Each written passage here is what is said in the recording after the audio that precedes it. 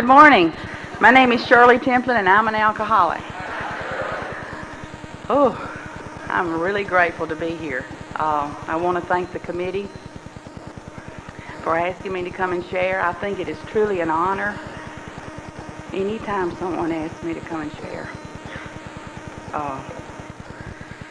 I get overwhelmed when I come and meet all these people that I've never met before, and I go home with all these names and addresses and friendships that I will see again and again and again, because I know a bunch of you in here now that I've met before on this path of recovery, and it's truly a journey.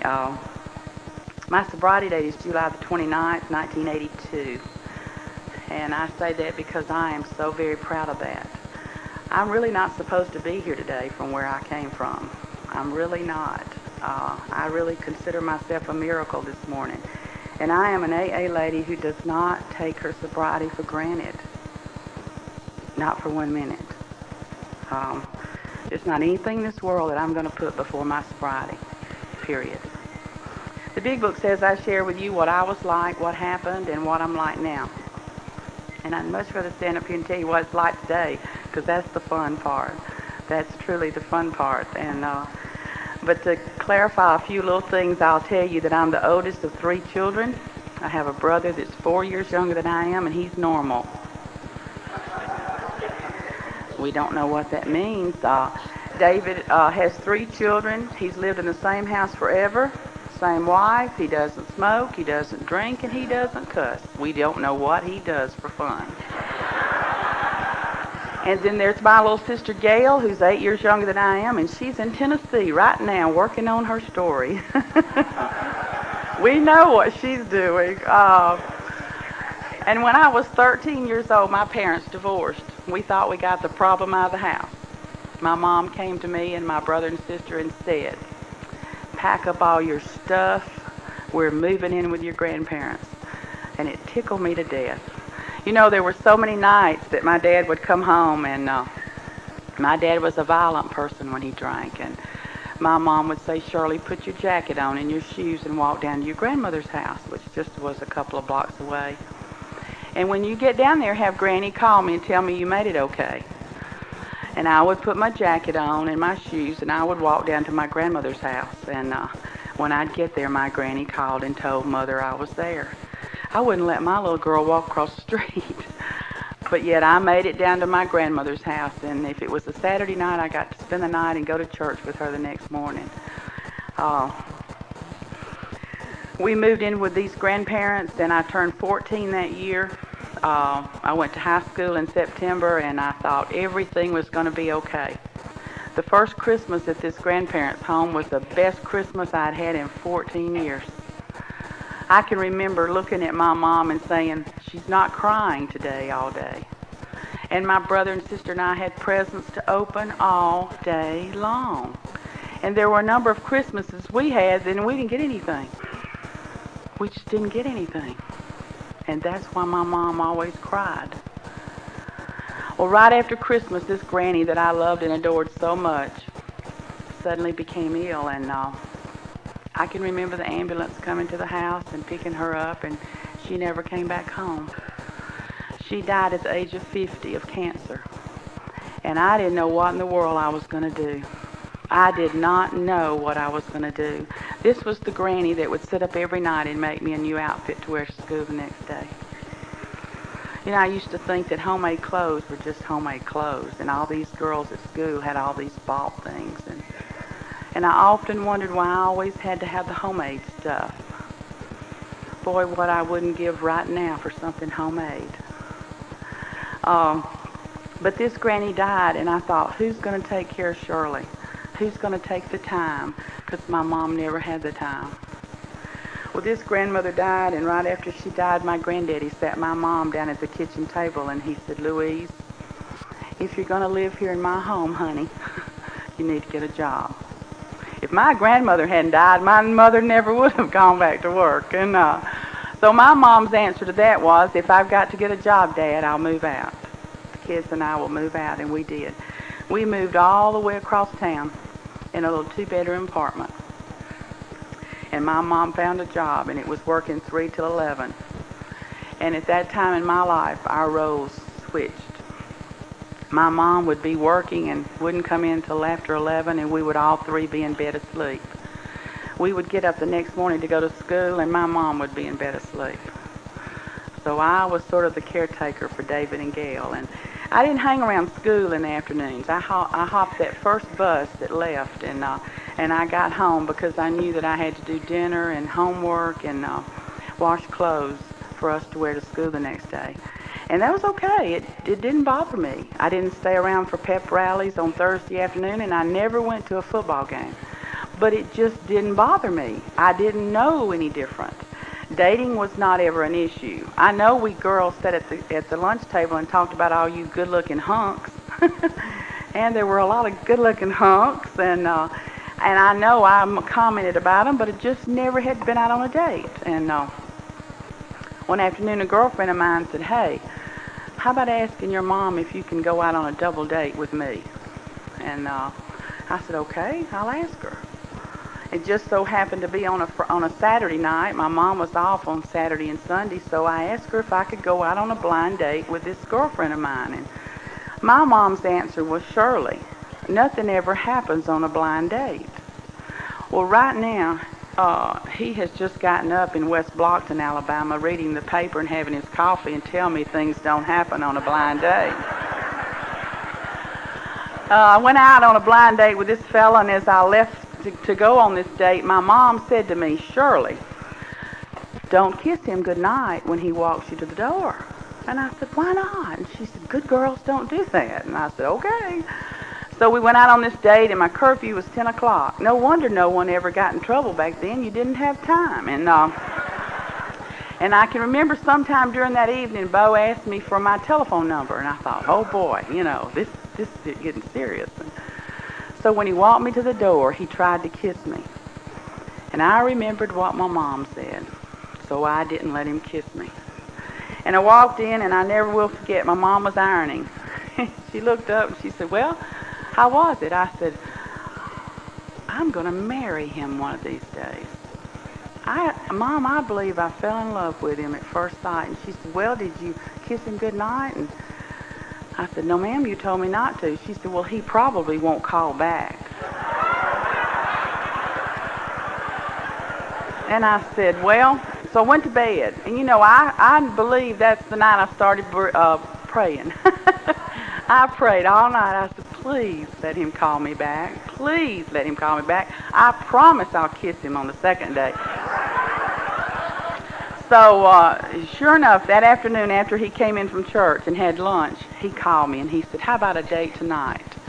Tickled me to death. Oh, I was so excited. I said, "I won't blow it this time." And so I can remember he opened the car door for me, and I slid all the way across the front seat, and he came around and got in his side of the car and closed the door, put his arm around me, and kissed me. And he's been kissing me ever since. And if he behaves until April the 30th this year, we will celebrate 34 years of marriage. Now,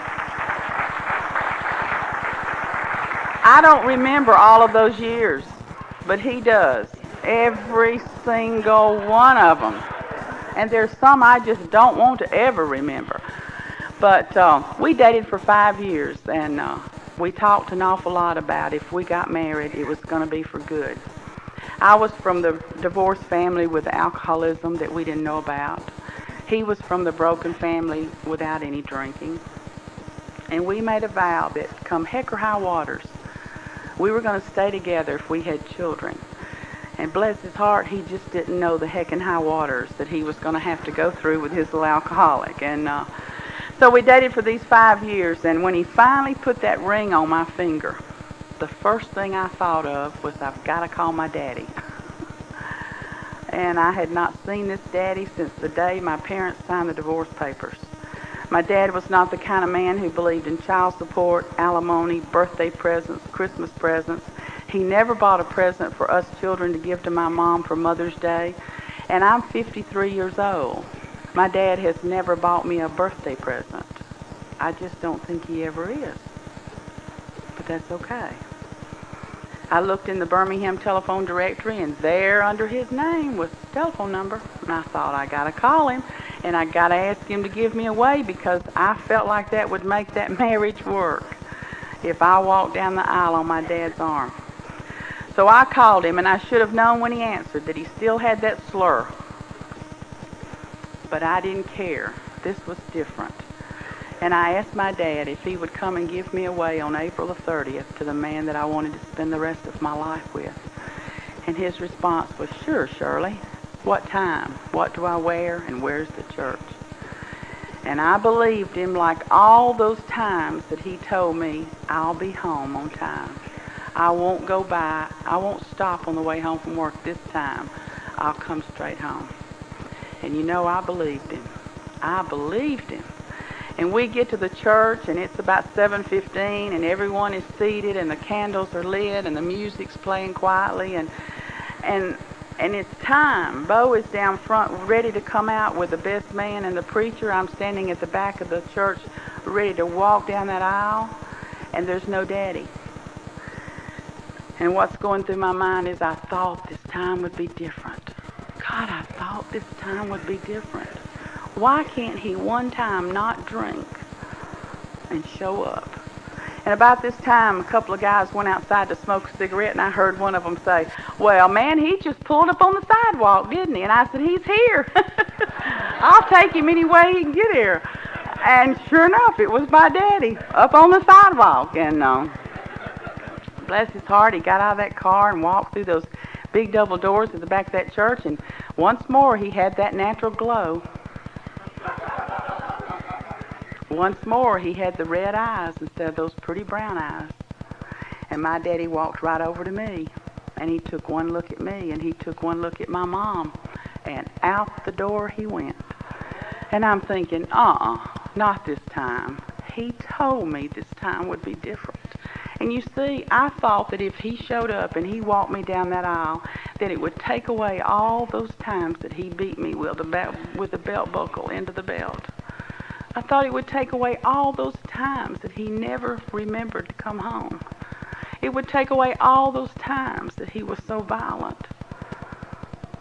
But he got in his car and he left. And I thought, what am I going to do? And my little brother David, walked over and he said, "Oh, come on and pull the veil down over your face. I'll walk you down the aisle. I've been trying to get rid of you for years." And David, to this day, thinks he's the reason Bo and I have stayed married 34 years. And we let him. He's one of those normal people. But I can remember leaving the church that night, and the first thing I said when we got in the car was, "There'll be no drinking in our home." And Bo said, "Okay." And I meant it. I did not want to end up like my Daddy. I did not want to be an alcoholic. But we left the church that night, and we left on our honeymoon, and we started on something called the Great American Dream. Now, we didn't know a lot about life, but we knew that successful people had lots of stuff. And we both had good jobs, and we were ready to start accumulating stuff. And we were good at it. We both had good jobs, and that first year we were married, we saved up enough money for the down payment on that first little home, and we were in that home on our first wedding anniversary. The prettiest little 3-bedroom, 1-bath house out in Hueytown with a great big backyard all fenced in. We had the 2 bedrooms extra, one for the little boy, one for the little girl. We were set. Second wedding anniversary in this home, no children, but we were trying.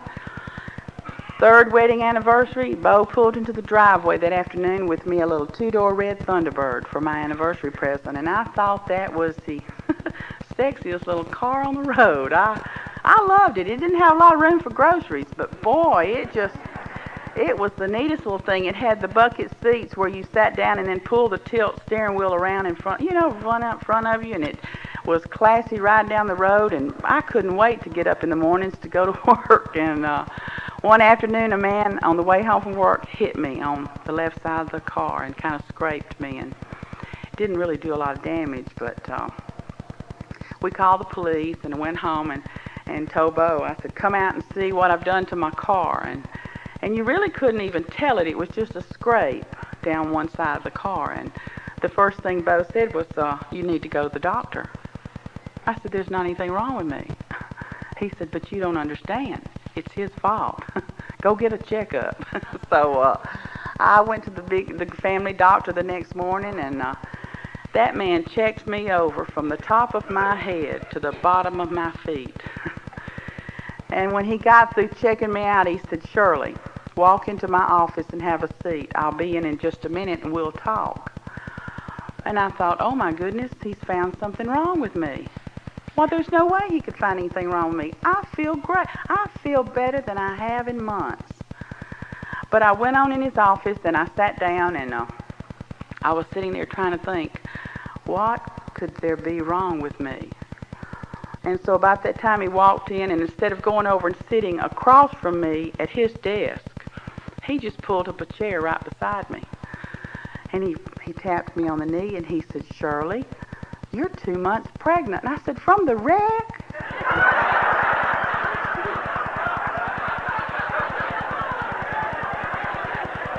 And I said, I can't tell, Bo. And see, this is before the drink. I mean, I ain't had a drink yet. And the doctor said, get him on the phone. I'll tell him. So I'm sitting there, and the doctor is saying, Bo, I've checked Shirley over, and the only thing I can find out is that she's 2 months pregnant. And Bo said, from the wreck? Well, that little wreck's name was Mike. He was born November the 10th of that year, the sunshine of my life. A little blonde-headed, blue-eyed hunk. And there ain't no other way to describe that fella. I don't know of any Mike that's not good looking. Then I had another wreck, and her name is Sissy. And she was born 17 months to the day after Mike, and she's brown-headed and brown-eyed, and she is my very best girlfriend. Bo and I took a little inventory one night, and we decided that we had the 2 cars, the house that was mortgaged to the hilt, and we had all those credit cards that you have to have in order to live the great American dream, and it was decided that I needed to go back to work.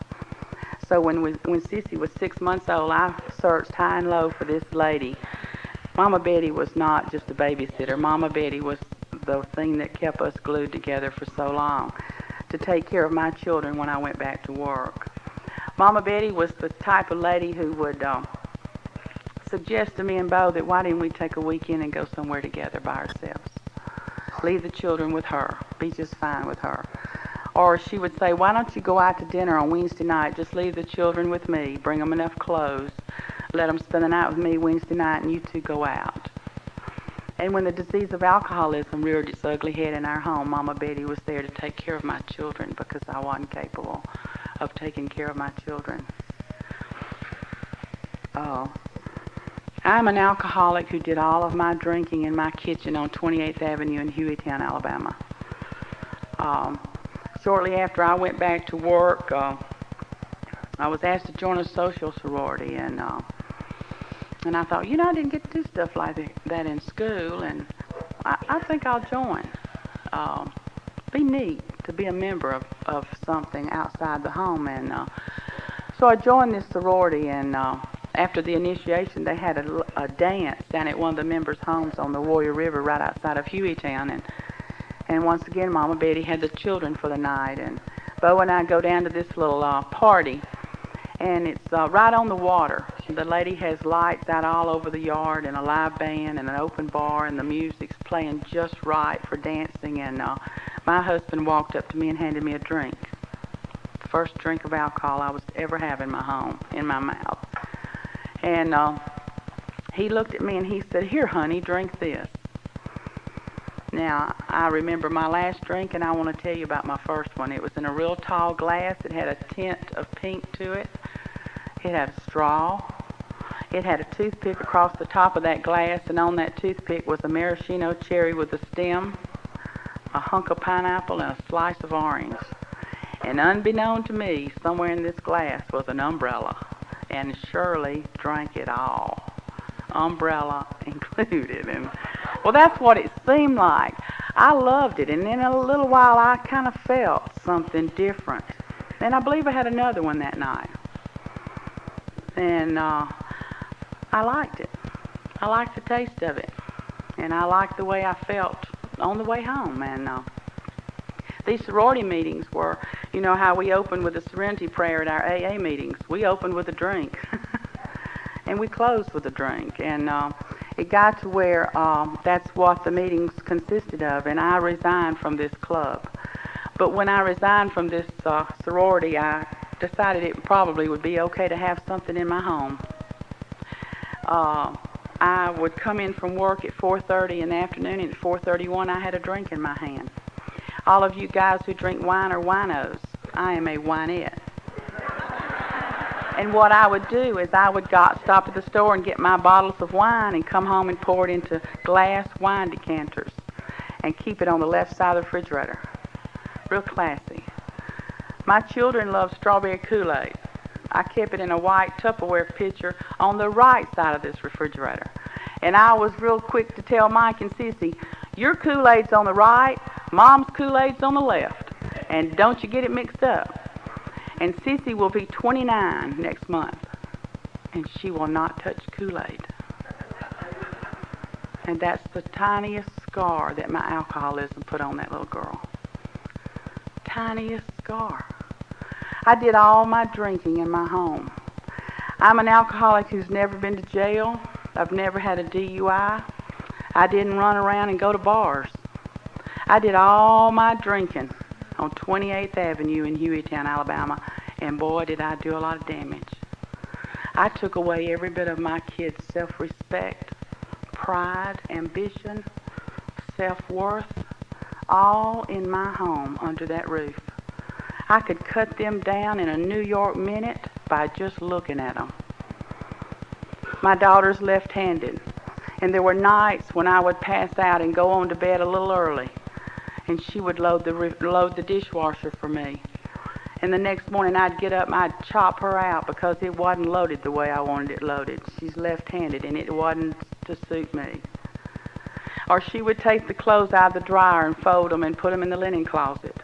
And I'd get up sometime in the middle of the night to get another drink, open up that linen closet, and she didn't fold those towels the way I wanted them folded. And I'd pull every single one of them out of that linen closet and tell her, if you can't do it the way I want it done, don't do it.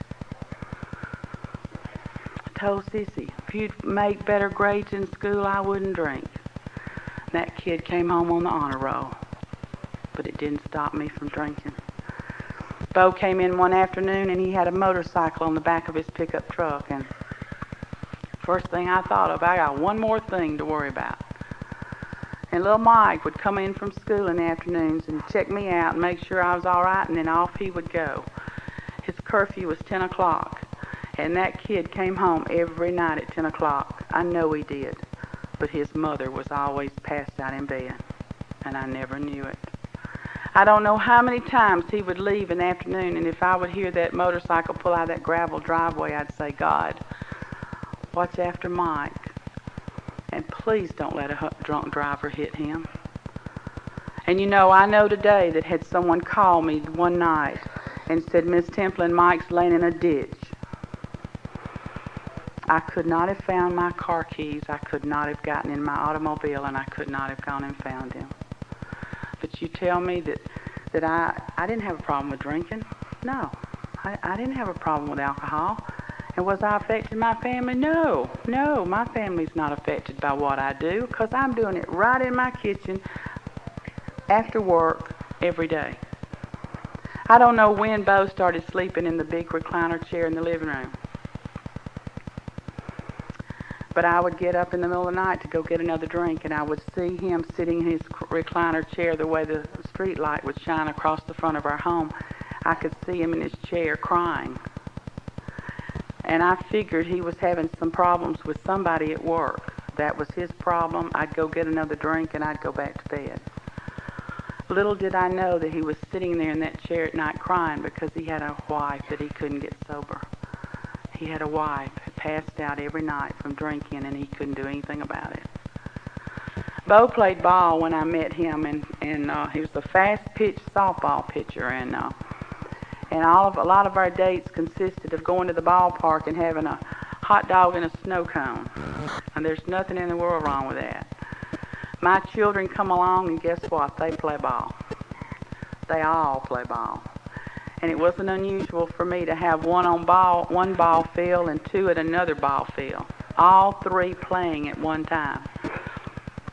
And I got to where I couldn't keep the uniforms washed.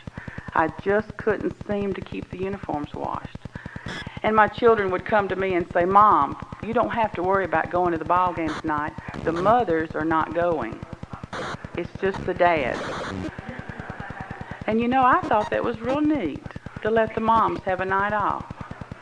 And then Bo would come to me and he would say, "Shirley, just us guys are going to play ball tonight. The wives have decided not to go, so why don't you just stay at home and do whatever it is that you do?"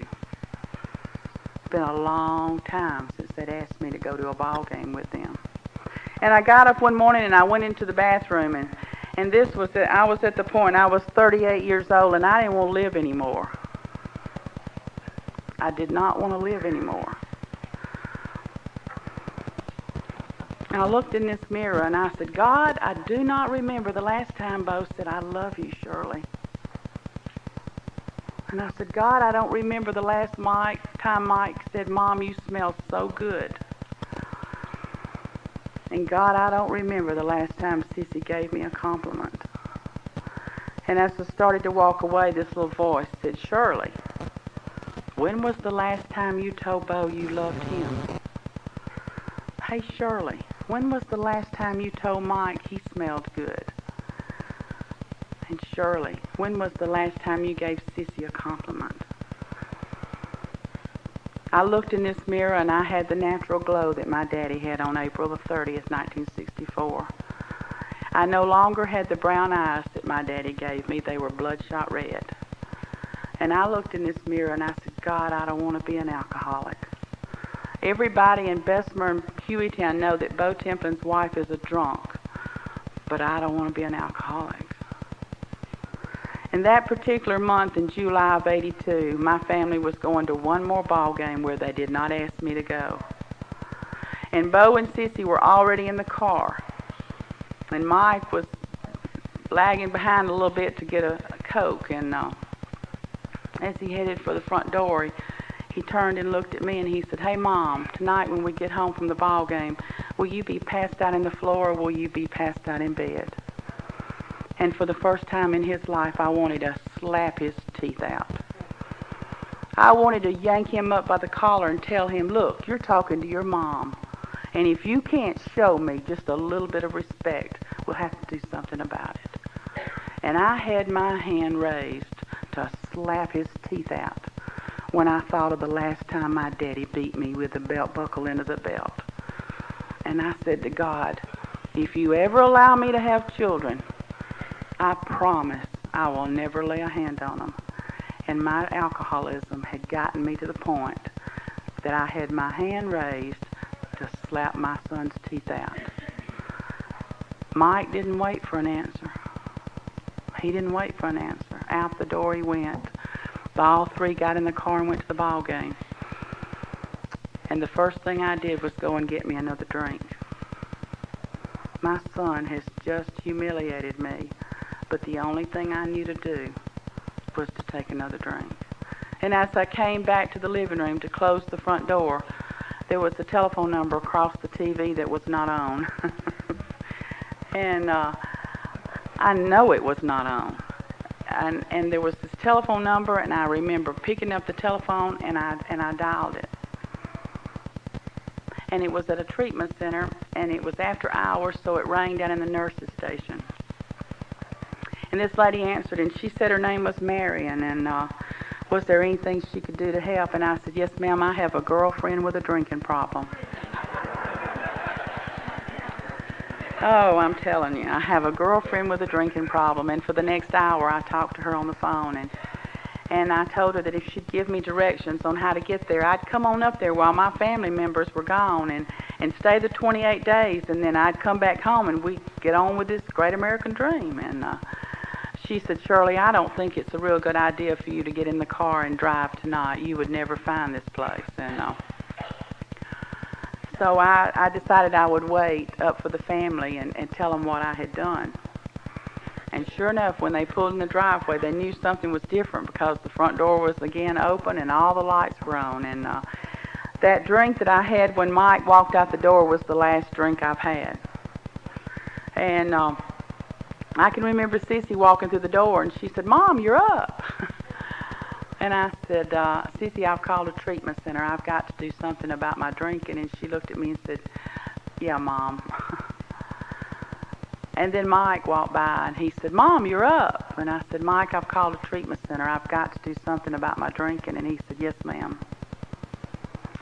And he went to his bedroom, and he closed the door, and he locked it, and it was just like an ice pick. I don't know when his door started being locked, but it clicked one more time.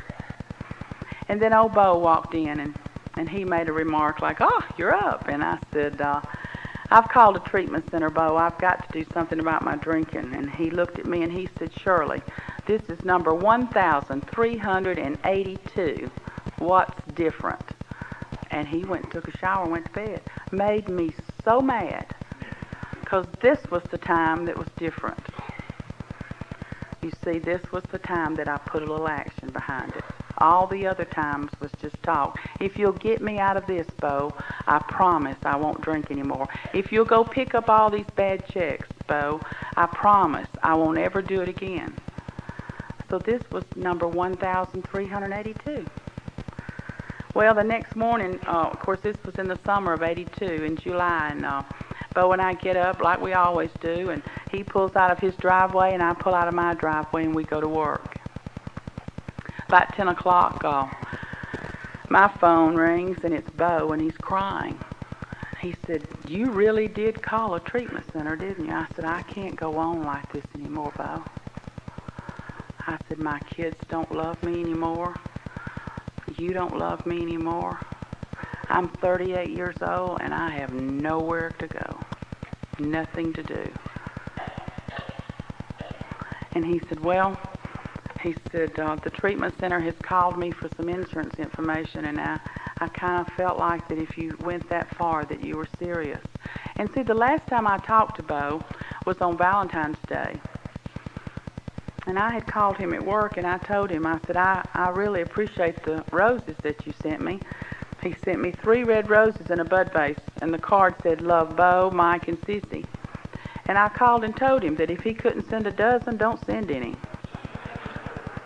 because everybody in the office got a dozen.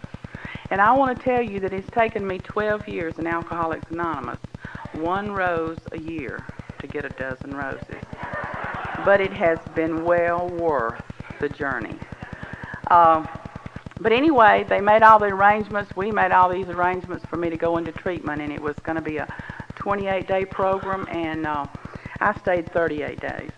I wanted to stay 45, and they wouldn't let me. And I remember them taking me up there and waving goodbye, and I thought, I'll never see this family again.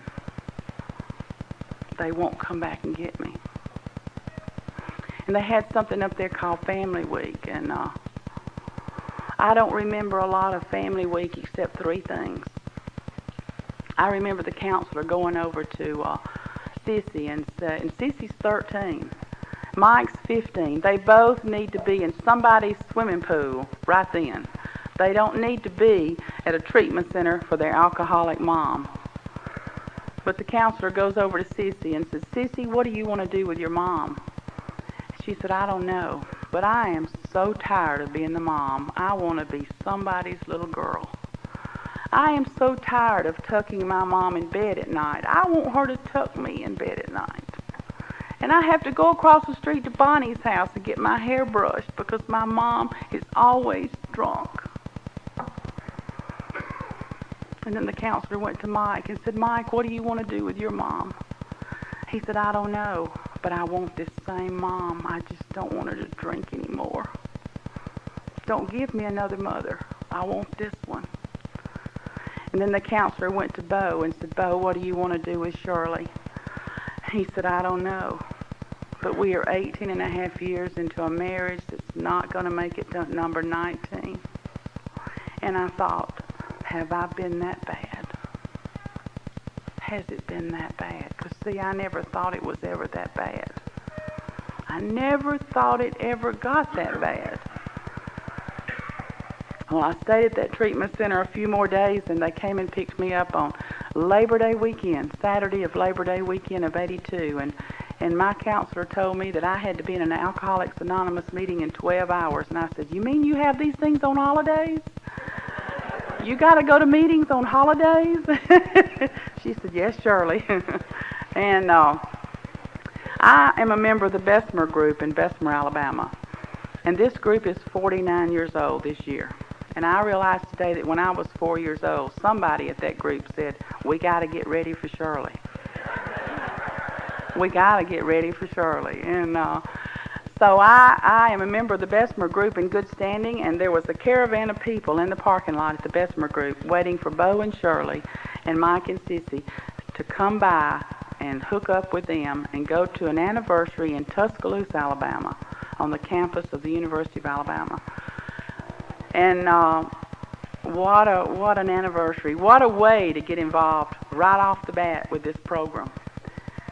They wouldn't even let me go by the house first because they were afraid I would say, "No, I hadn't been home in 38 days. I want to stay home tonight." But we went to this anniversary, and we walked into this room of 500 people hugging and kissing and smelling good and looking good, and the attraction's what got me. No doubt about it. These ladies came up to me, and they looked so neat, and one of them said, "Honey, you don't ever have to be alone again." I thought, I'd like to tell you something about loneliness. Let me tell you something about loneliness. You don't look like you've ever been lonely in your life. And then this other lady came up and she said, "Darling, you keep coming back. It'll get better." And I thought, yeah, the first time I'm in a meeting with you and I share with you what I was like, you're going to say, "There's the door, Shirley. We just don't need junk like you in here."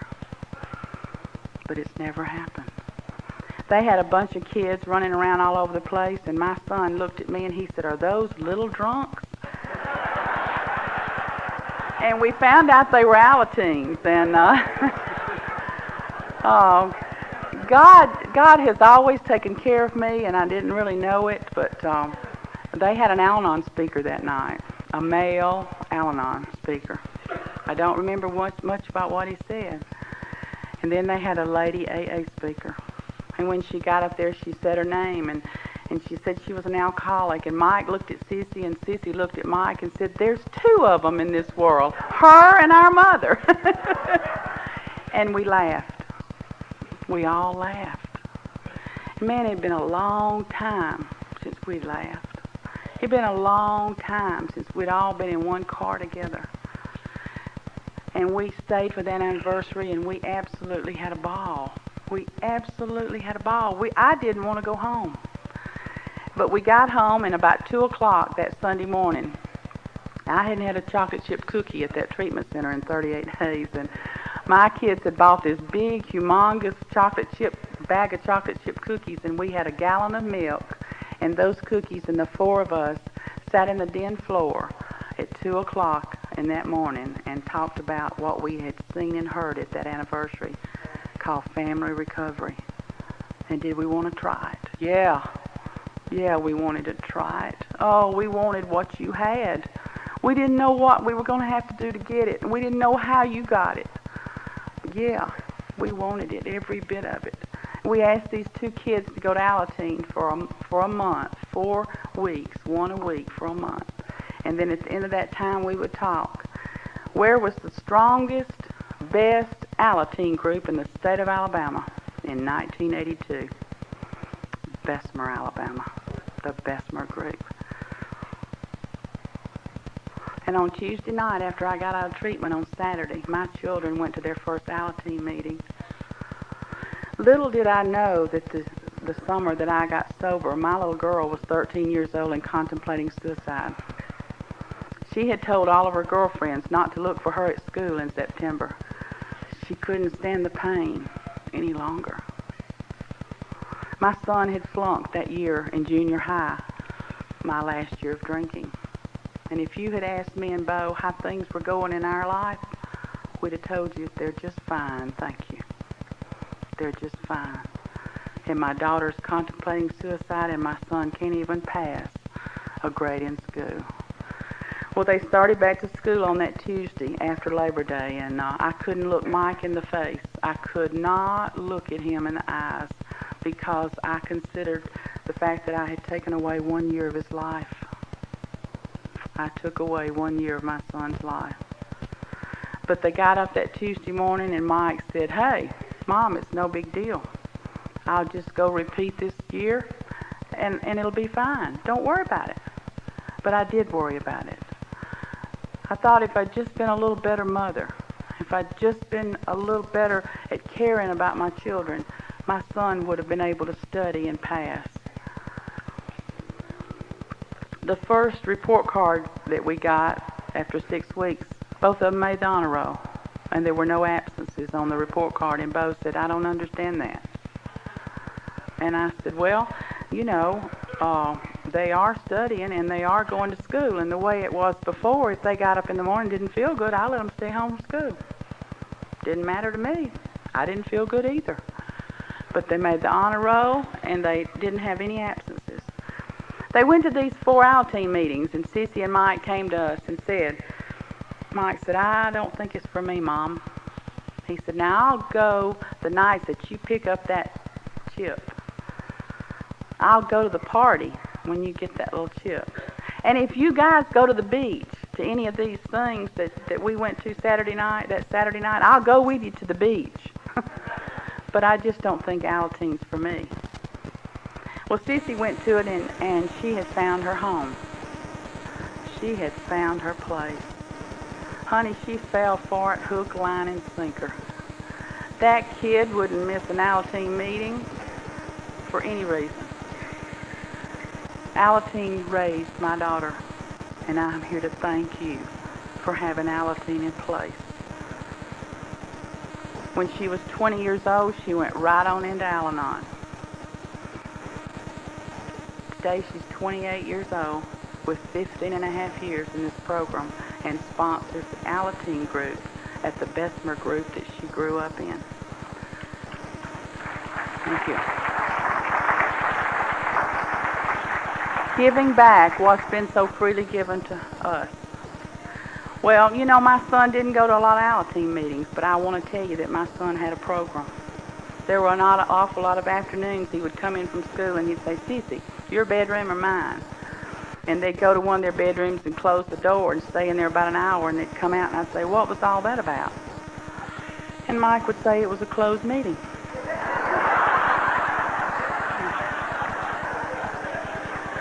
He came in from school one day and he said, "Well, they passed out all the information about the prom."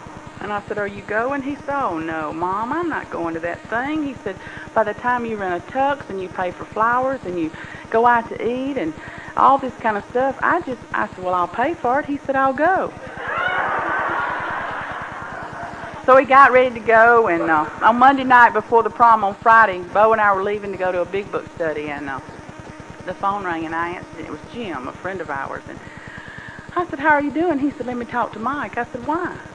He said, "Ain't none of your business. Let me talk to Mike." And I said, "Well, what is it about?" He said, "Shirley, let me talk to Mike." And I said, "Okay." So I gave Mike the phone, and I stood there waiting to hear what was going on. And Mike said, "Yes, sir, I get out of school. I'll be there just as soon as I get out of school." And about that time, here come a couple of tears down his face. And he said, "Oh, yes, sir, I will, and thank you so very much." And when he got off the phone, I said, "What was that all about?" He said, "Well, Mom, that was yours and Dad's friend that has the car dealership on the highway." And he said, "If I would come by there as soon as I got out of school Friday, I could pick out any car I wanted to off the lot to drive for the prom." And he said, "Mom, I just want to tell you that if you were drinking, this wouldn't be happening to me. Thanks for being sober. Thanks for being sober. God, if you've been thanked ever for being sober by one of your kids, ain't nothing like it." The next month he graduated, and we had this big party for him. I mean, all the grandparents were there. All the aunts and uncles were there. My brother was there. And Mike got a little nervous, and I figured what he was going to do was hit me up for a loan when he said, "I'd like to see you in my bedroom." And I had grown to love these one-on-one talks with these two young people in my life. And so we headed back to Mike's bedroom, and as we passed by the front door, I noticed 5 cans of beer on the front step. And I said, now tell me what that is. He said, Mom, it's 5 cans of beer. And I said, but who does it belong to? And he said, well, they're a bunch of my buddies here at the party, and I told them they were welcome to come, but we didn't allow alcohol in our home anymore. And they would have to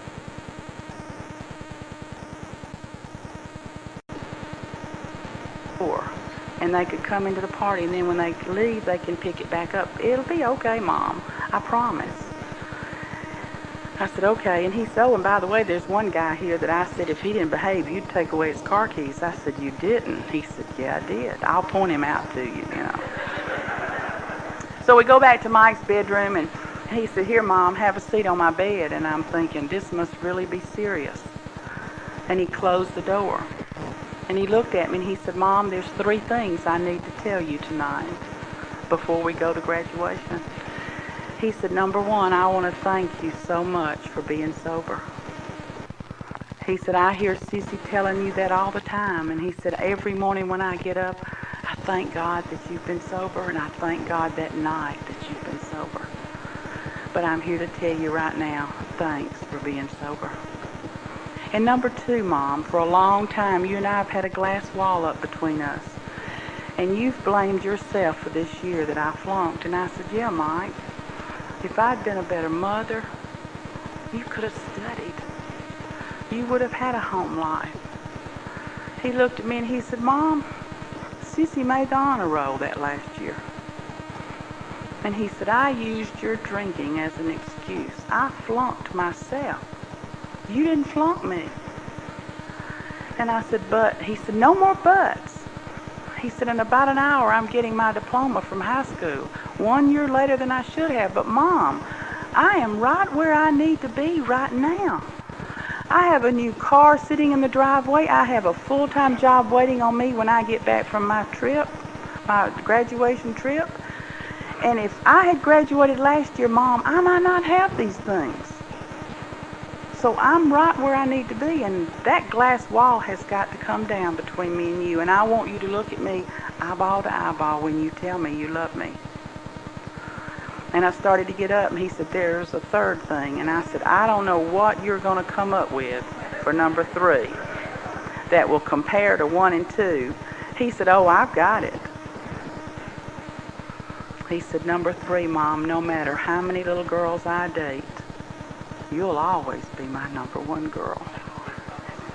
And I didn't know what to do except stand up and go over to him and put my arms around him and cry. And that glass wall came down and it never went back up. Tell me my son didn't have a program? I honestly believe that when you live in a home where there's active alcoholism, you are affected. And when you live in a home where the program is practiced, you are affected. And my son was affected. Sissy came to us in her senior year and she said, I want to go to college. I said, Sissy, I drank up college. She said, you don't understand. I've got to go to college. I said, you don't understand. We don't have the money. What do you want to do? What do you want to be? And she said, well, I want to be an alcohol and drug counselor. I've got all the on-the-job training. I just need the book knowledge. And do you know, we figured out a way for that kid to go to college. And she graduated that year after Mike. And I kept waiting around for her to call me in her bedroom like Mike did, and she didn't. Because when I was 7 months sober, she called me in her bedroom and she said, my sponsor says that if I'm ever going to get better, I've got to share with you the things that you've done to me when you were drunk and in blackouts. And I thought, oh no, I can't handle this. And she said, my sponsor said I had to write everything down and I had to read it to you or I wouldn't ever get better. And she said, Mom, I want to get better. So one afternoon after school, when she came home from school, we went into her bedroom and we closed the bedroom door and we got up in the middle of her canopy bed. And she had this big legal pad. And for 2 hours, she read all the things that I had done to her and called her when I was drunk or in a blackout. And when she got through, she folded these pages back over and she said, "Mom, that's all of it." And I said, "Sissy, I don't know what to say except I'm sorry." And she said, "That's all you ever have to say. It'll never be brought up again." It has never been brought up again. Never. Well, she graduated that next year, and she didn't call me into her room, but that was okay. We had taken care of that long before this time ever came. And after she graduated, we got her ready that summer to move off to college, and you should have seen us. We moved her in on a Sunday afternoon and got home from work on Monday afternoon, and she was in the driveway. I said, "What are you doing here?"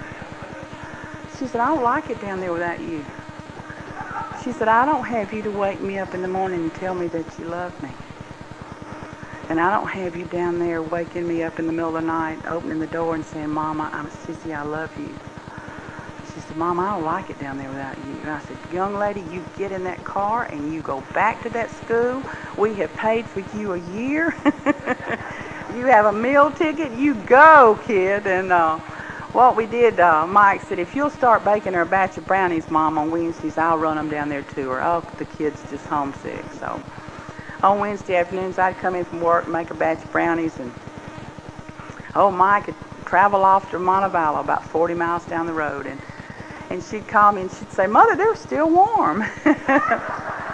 And so one night I said, "Mike, I need to pay you something for your gas." I said, "That's roughly 100 miles that you're traveling on a Wednesday afternoon for your sister." And he said, "Hey, Mom, let me tell you something. In that big book of Alcoholics Anonymous, you've got highlighted a sentence that says, 'Be willing to go to any length to get it.' And I'm going down there and checking out all the girls on her dorm floor."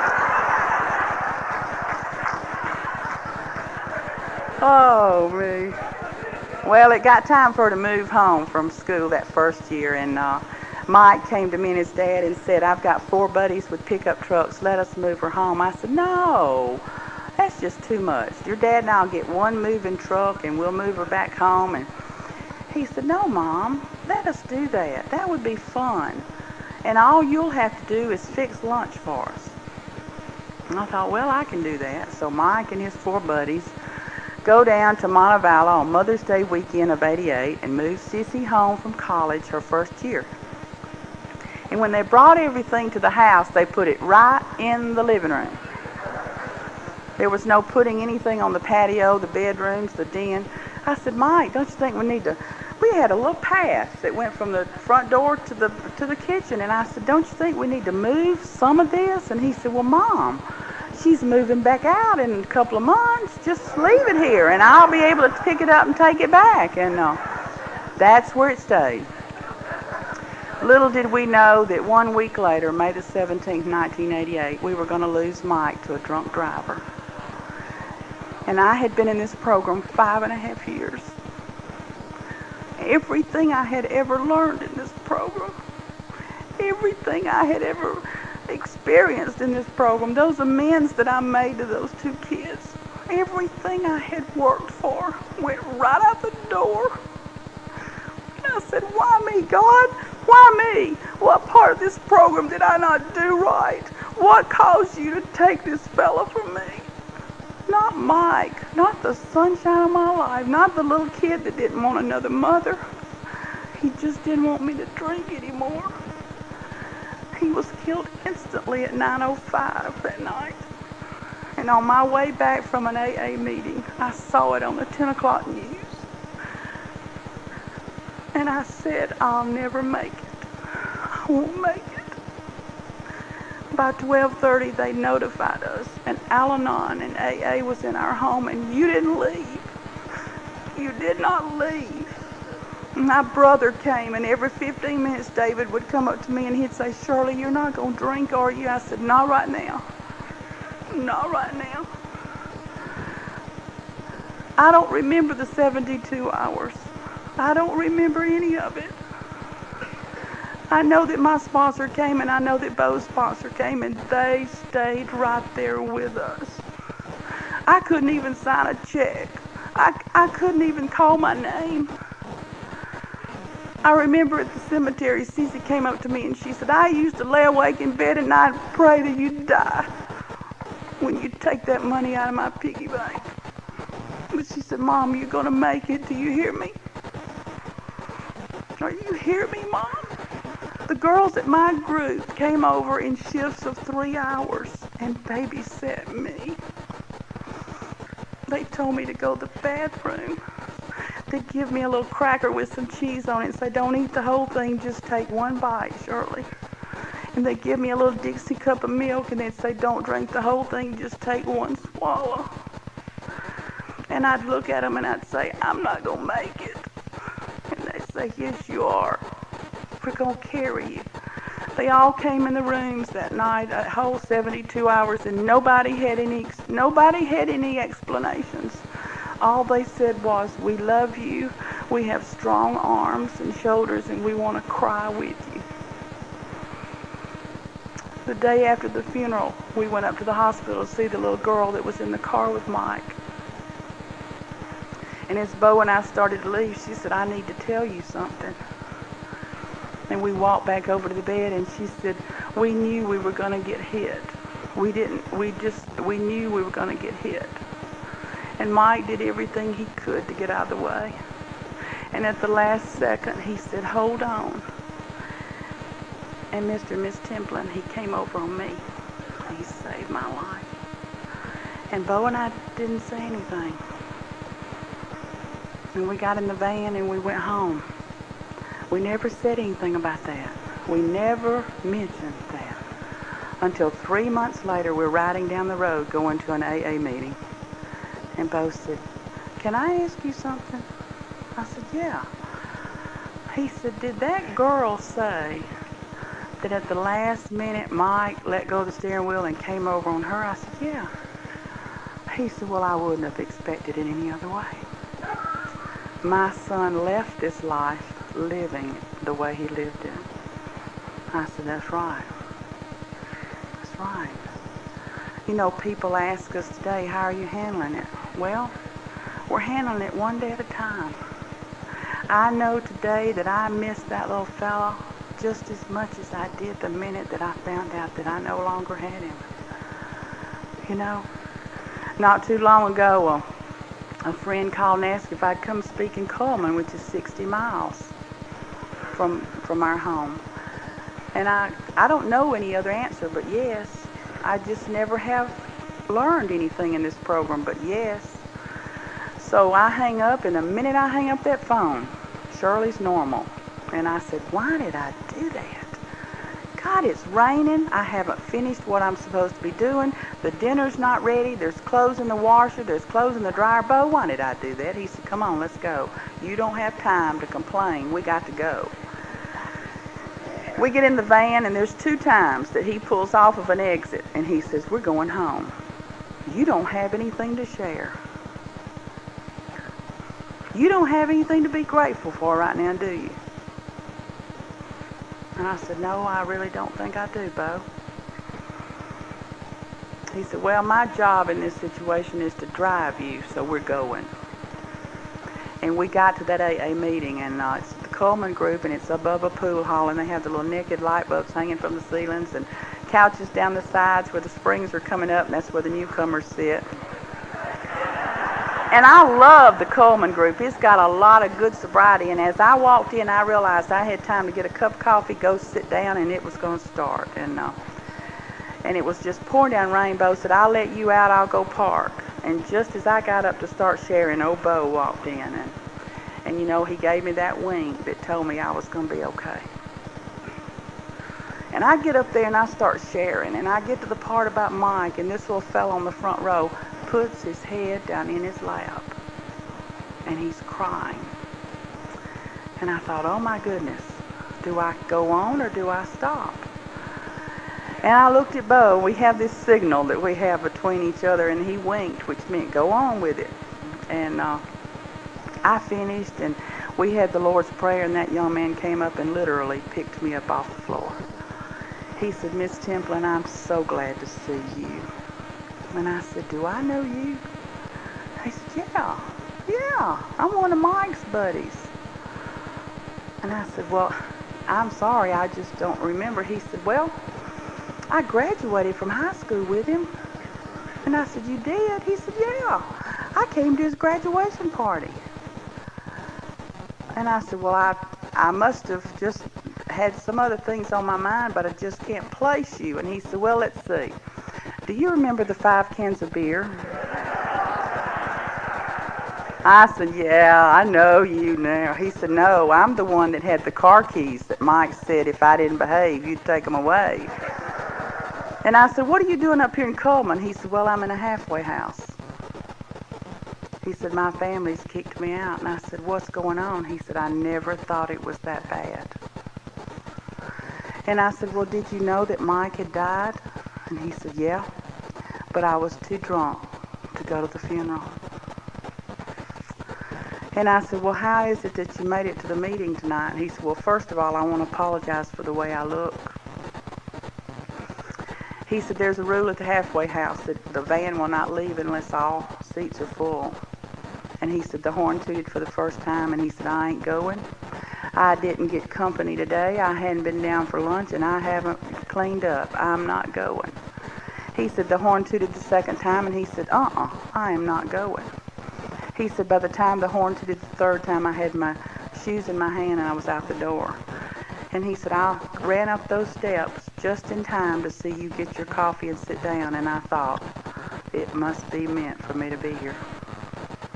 Well, I'd like to tell you that on the way home, I made some amends to my husband. He said, Shirley, it's okay that you get bent out of shape every once in a while. It's okay. We've been told that we'll never be fine again. And that's why maybe both of us are trudging this road of happy destiny together. When one's down, it's the other one's time to pick up. But I'd have missed that. I'd have missed that if my husband had taken one of those exits and turned around and come back home. Not too long ago, I was in the grocery store on a Friday night. I was all by myself for one particular weekend, and they were hanging up these balloons at all these checkout counters, and I kept thinking, what are they going to put at my checkout counter? And they had happy anniversary, happy birthday, over the hill, it's a boy, it's a girl, and they get to my counter and they put up, I love you. And this balloon's just a flapping with the air conditioning going, and I'm thinking, maybe I ought to buy this thing. It just keeps hitting my buggy. So I bought it, and I'm walking out to the car, and I look at my watch, and I said, I got time to run up to the cemetery. I think I'll do that, because I go all the time. So I tie that little balloon inside the car, and I'm going up the road, and when I get there, I think, well, I'll leave my car in park with the motor on, because I'm just going to run right up here and talk to Mike and leave the balloon. So I'm bending down, and I'm tying this balloon on some flowers, and this young lady says, hi, Miss Templin. Scared me to death. There was no other car in this cemetery. And she says, hi, Miss Templin. And I looked around, and I said, where did you come from? And she said, up at the funeral home. As you come into the cemetery, I saw your car. I said, you saw my car? I've traded twice since Mike died. She said, oh, yes, ma'am. She said, I've been down here and I've read everything you've put on Mike's grave. I've seen every bouquet of flowers you've put on his grave. She said, I dated him for so long. She said, I want you to know that there'll always be a special place in my heart for Mike. And I said, how are you doing? She said, well, I'm married and I have a little boy. And he's blonde-headed and he's blue-eyed. And I'd have missed that if I hadn't bought that balloon and gone up to that cemetery. Today, Sissy is 28 years old. And when Mike died, she said, I'm going back to school for Mike only. She said, I don't know if I can do it, but I'm going to go back to college for Mike. Well, she went back and went to class long enough that they gave her a degree. And she graduated, and when she graduated, she moved back home. And that was a neat experience. And she'd start dating all these normal fellas. And she would call me and her dad one night and she'd say, just come pick me up. Just come pick me up and don't ask any questions. Just get me out of here. And Bo and I would go pick her up and bring her home, and she'd say, I just don't think I'm ever going to find anybody. I said, Sissy, God's not through with your man yet. And she said, but all my girlfriends are married. They're having babies. They're all this. I said, Sissy, it's not time.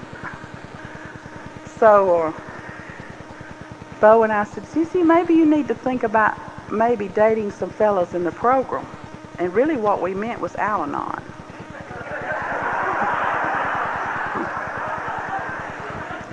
She had a couple of things that she said she'd never do. She said, I'll not date a guy with a ponytail. I'll not date a guy with an earring. And I'll not date a guy that was married previously with children. And guess what? 3 out of 3. And she has this blind date set up one night with this fella named Bob. And of course, she was living at home then, and she was getting ready for a date, and I went into the bedroom. I said, Sissy, do something for me. And she said, what? I said, when he walks you to the door, don't kiss him goodnight. And she said, okay. And I said, I won't wait up for you, but when you come in and let me know how it went. And so when she came in from her date, that night she came right into her dad in my bedroom and crawled right up between us, and she said, Mom, is it possible to fall in love on a first date? And I said, Bo, get up. We got to make the coffee. So Bob and Sissy dated for a year, and Bob came to me and Bo and said, I'd like to marry your daughter. I love her to death. And so we started planning this wedding, and they wanted to get married in the same church where Bo and I married. And I looked at Sissy and I said, I can guarantee that your daddy will not show up drunk. So we had this wedding, and the counselor that I had in treatment just so happened to be an ordained minister. And Howard came and married Bob and Sissy. The 2 children, Will and Cale, were in the wedding. They were 5 and 9, 5 and 8. And after the wedding, well, we started out the wedding and we opened with the Serenity Prayer. After the wedding was over with, we all stood hands and had the Lord's Prayer. Howard was wearing a Catholic robe, doing a Methodist ceremony in a Baptist church. We think they got a chance. And at the wedding reception, Bob's mom came up to me and she said, can I talk to you just for a minute? I said, sure you can. And she said, I'd like to ask you if you're going to take my 2 grandchildren and spoil them rotten.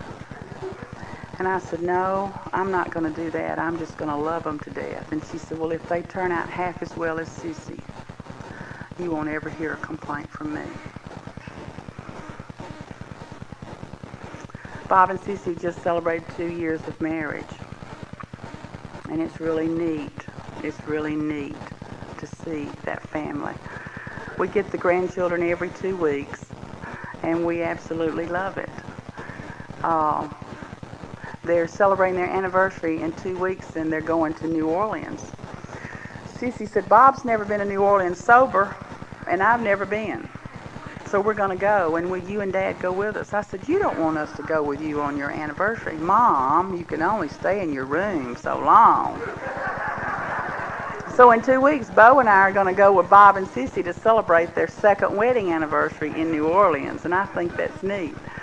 I was able to keep the children not too long ago on a weekend, and it's been a long time since I'd had someone spend the night with me and have breakfast the next morning, and children-wise. So when they got up, I said, all right, come on, we got to go fix breakfast. And Will's 8, and Will's 7, and Kale's 10, and so I said, what would you like for breakfast? And Will said, what you got? And I said, well, I've got cereal. Oh, no, we don't want cereal. I said, Pop-Tart? No, we have that every morning at school. And I said, well, I can fix bacon and eggs. And he said, don't you have anything exciting? And I said, well, I do have a Mickey Mouse waffle iron, and we can make some Mickey Mouse waffles and have bacon and warm syrup. He said, now that's it. So they pulled a chair up beside the counter to help me fix breakfast, and we put the batter in the waffle iron, and we're getting ready. And I said, all right, Will, you get the first one. He said, well, I got a problem. I said, what? He said, You'll have to cut my ears off. I don't do ears. And I said, but that's half the waffle. He said, I know. That's the problem. You're going to have to fix me 3 or 4. So, but they're really neat kids. You know, they bring a lot of joy into our life. And then a year and a half ago, Bo and I sat down with Bob and Sissy, and we said, we'd like to sell the house. It's so big now that you've gone, Sissy. It seemed like the crowd just left when she got married. And we had a pool and 2 decks and 2 fireplaces and a full basement. It was just too much for us to take care of. And I said we'd like to sell and buy some property out a little ways and build and live out in the country. And Sissy said, I don't have a problem with that at all, Mom. No matter where you and Dad live, even in a tent, it would be home. But the only thing I would ask you to do is take us with you. Don't leave us here in the city. So we sold that big house, and the young couple that bought our house was a young man that my husband made a 12-step call on the year that Mike died. Are there any coincidences in this program? That young couple's bringing up their 2 children in a house that was really filled with love all the time. But we bought a couple of acres out between Bessemer and Tuscaloosa, Alabama.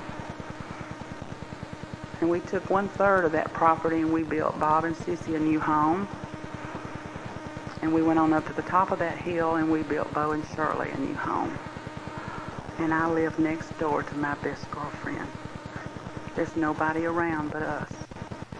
And this is the kid that said, when I get out of high school, Mom, color me gone. I don't want anything else to do with you ever. And when we started to move, she said, it's okay if you move, but please take us with you. That's neat, isn't it? That's neat. Bob, God's put 4 hunks in my life. 4 hunks in my life. The first one is my husband, my best friend, my driver, the father of my children, my right arm. The second one is that little fellow that lives up in heaven right now named Mike. And he would have been just as fine a daddy and just as fine a husband because he was nothing but a chip off the old block. The third one is that young man that came to me and Bo and said, I want to marry your daughter and take care of her for the rest of our lives. The fourth one is a young man who recorded a song. His name is Ronnie Millsap. And he recorded a song a number of years ago that will sum up Shirley Templin with 1 verse. And I'd like to close with that 1 verse. What a difference you made in my life. What a difference you made in my life. You're my sunshine day and night. Oh, what a difference you made in my life. And that's my AA. Thank you, and I love you.